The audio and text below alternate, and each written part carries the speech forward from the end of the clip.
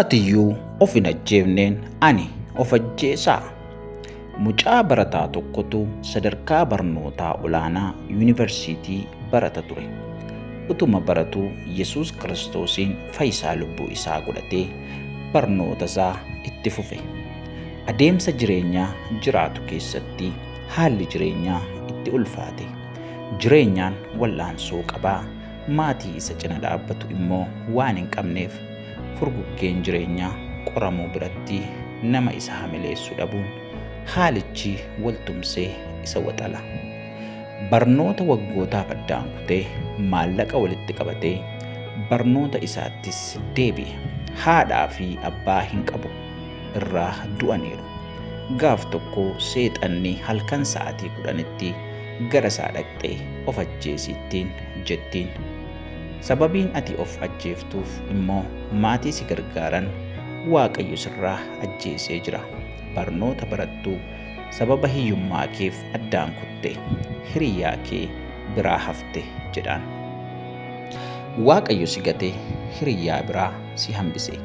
Sichi maal gootaa? Gara fuula duraattis maaltu siif ta'aa? Kan kee hin fakkaatu of ajjeesittiin jetteen seexanni jechuudha. Dhuguma naan jette of hin ajjeesa jedhee murteeffatee ganama barii ka'ee utuu bakka namni hin arginetti of rarraasuuf adeemu barattoonni ganamaan soomaan kadhachuuf deeman isaa adeemu arginaan isaan waliin kadhata deemee achumaanis kadhata sana keessaa dagate. Borumtaa seexanni itti gara isaa dhaqee dursee hafuurri Waaqayyoo sa'aatii 9tti gara isaa dhaqee jajjabeessee dhiisi. Abdii hin kutiin, ani abdii keetii, of hin ajjeesiin, olola seexanaa hin dhaga'iin jedhee jajjabeesse. Hafuurri Waaqayyoo nama jajjabeessa, dursee dhaqee jajjabeessee jechuudha. Seexanni akka amala ishee yeroo dhaqxu inni dubbii isaa gurshatee sagalee Waaqayyoo fi jajjabina Waaqayyoo irraa argatee eege jechuudha. Ammayyuu of hin ajjeefne ati jedhee gaafate seexanni jechuudha. Lakkii anoo of hin ajjeefne ofis hin ajjeesu jedheen. Maal kaleessa walii hin gallee? Maaliif dhiiftee? Walii galtee keenyas akkamitti diigdaa jedheen. Waan hin of ajjeesuu dhiiseef wallaalee waansaa sababa isaa wallaalee jedhees deebiseef. Maaltu sii ta'e? Namaa gadi taate jedhee waan garaa garaa itti kaasuutti ka'ee jechuudha. Gurbaanis akkas jedheen, ati iyyuu ergamaa turte, achi immoo gadi darbatamte. Akka hiriyoota kee qaqqabuu hin dandeenyetti egaa hiriyoota kee biraa hafte. Ati iyyuu of hin ajjeefneen ani immoo of ajjeesaa? Deeminarraa jedheen jedhama. Egaa seexanni haalota namni akka of balleessuuf mijatanitti fakkeessee yeroo dhufu sagaleen Waaqayyoo immoo mo'annee darbuu qabna. Sagalee Waaqayyoo dubbifannee sagalee Waaqayyootiin jabaannee egaa wantoota xaxaa seexanii nurratti kaa'ee fi danqaan dura kaa'u hundumaa mo'annee darbuu qabna jechuudha. Dhugaadhuma haala jireenyaa yoo ilaalle, waan keessa oollee waan keessa bullu yoo ilaalle, waan mijataa fi wanti toora galaan hin jiru. Garuu immoo Waaqayyoo waan qabnu irratti, xiqqoo qabnu irratti akka isa galateeffannee dabarruuf egaa ayyaanni isaa nuuf baay'achuu qaba jechuudha. Yeroo hundumaa xiqqoo qabnuun galateeffannee, hir'uu jiru keessatti gammannee, wantoota duwwaa ta'an keessatti gaariidha, jira, hin guuta, guutuudha jennee Waaqayyoon abdannee abdiidhaan jiraachuu qabna. Gaafa seexanni holola isaa nutti ololu gurra keenya bannee dhaggeeffanna yoo ta'e, egaa inni immoo wanta xiqqoo guddisee nutti mul'isa. Rakkina xinnoo nuti keessa jiru guddisee nutti mul'isee akka waan nuti keessa hin dabarree, akka waan nu hin mijanneetti nutti agarsiisa jechuudha.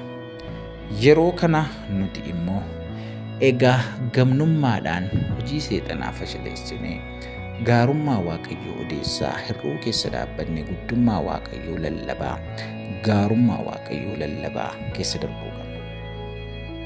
Bara kana namni baay'een egaa rakkina waan hin darbine itti fakkaatee yeroo baay'ee tarkaanfii hin taane fudhata. haalota hin taane sooshaal miidiyaa irratti yoo argitan namni baay'een isaa abdii kutataadha. Abdii kutachuu hin qabnu. Sagaleen Waaqayyoo akka nuti abdii kutannu nu jajjabeessu.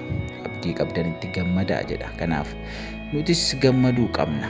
Abdiin keenya immoo Kiristoosidha. Isa waan hundumaa dabarsu, isa gaarii ta'e, isa rakkina keenya fuudhee sekendiitti dhidhimsuu danda'u waanta ta'eef isaa wajjin taane jireenya keenya isaa wajjin haa adeemsifnu.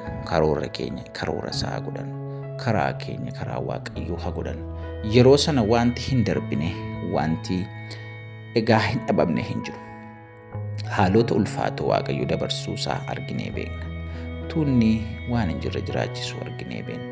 Tuunni gaarii godhuu arginee beekna. Kanaaf namni hundumtuu gaarummaa Waaqayyootiin haa jiraannu. Isa nu gargaaru Kiristoositti haa hirkannu. Daandii keenya karaa keenya isa wajjin haa godhannu. Waaqayyo yeroo sanaa egaa waan hin jirre jiraachisee lafa onaa keenya lalisiisee duwwaa keenya guutuu godhee nu jiraachisa jechuudha. Waaqayyoon galateeffachuudha. Komachuun hin ta'u. Kumee dhiisnee rakkina odeessuu dhiisnee gaarummaadhaan Waaqayyo wajjin waliigallee haa jiraannuun dhaamsa keenyadha. Egaa Waaqayyo gaariidha. Waaqayyo waan hundumaa ni dabarsa. Rakkina har'aa keessa jirtan keessumaa dargaggoonni, obboloonni, shamarranii, keessumatti dhiironni waan har'a keessa jirtan waan hin darbine isinitti hin fakkaatiin hin darba. Rakkinni hin dabarre hin jiru. Dhiphinni hin dabarre hin jiru. Yaaddoon hin dabarre hin jiru. Dhukkubni hin dabarre hin jiru.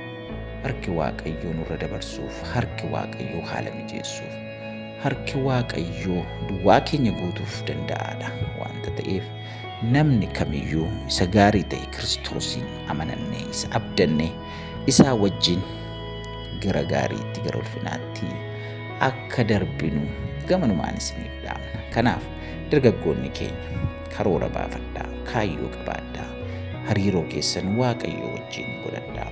Waaqayyoo wajjin taanaan hundumtuu ni darbama waanta ta'eef jechuudha. Baay'ee isin jaallanna, baay'ee isin kabajna. Kun dhaamsa nuti galgala kana isiniif qabannee dhufnedha. Haaraa kan taatan maatii nuuf ta'a. Subscribe godhaa, sheerii godhaa, like, comment godhaa. Hiriyoota, dargaggoota egaa wantoota akka kanaatiin dhiphataniif qooduu hin dhiisinaa. Wal jabeessaa, wal gorsaa, wal tumsaa. Sagalee Waaqayyoo wal barsiisaa, dubbii Waaqayyoo wajjin qooddadhaa. Egaa hambeettan waliin kadhadhaa. Waaqayyo gaarii waan ta'eef waan hundumaa ni dabarsa waanta ta'eef isaa wajjin jiraachuun, isaa wajjin adeemuun egaa waan hundumaa hin dabarsa waan ta'eef Waaqayyo isin haa eebbisu. Eebbi Abrahaam, eebbi Yaaqoob kan isin haa qaqqabu.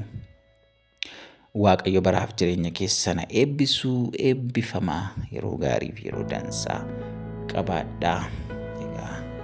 Waaqayyo ayyaanaaf humna isaa mana keessan haa gulguu. Kan keessan kan ta'e hundumaa kan eebbifame haa ta'u isin jaallanna.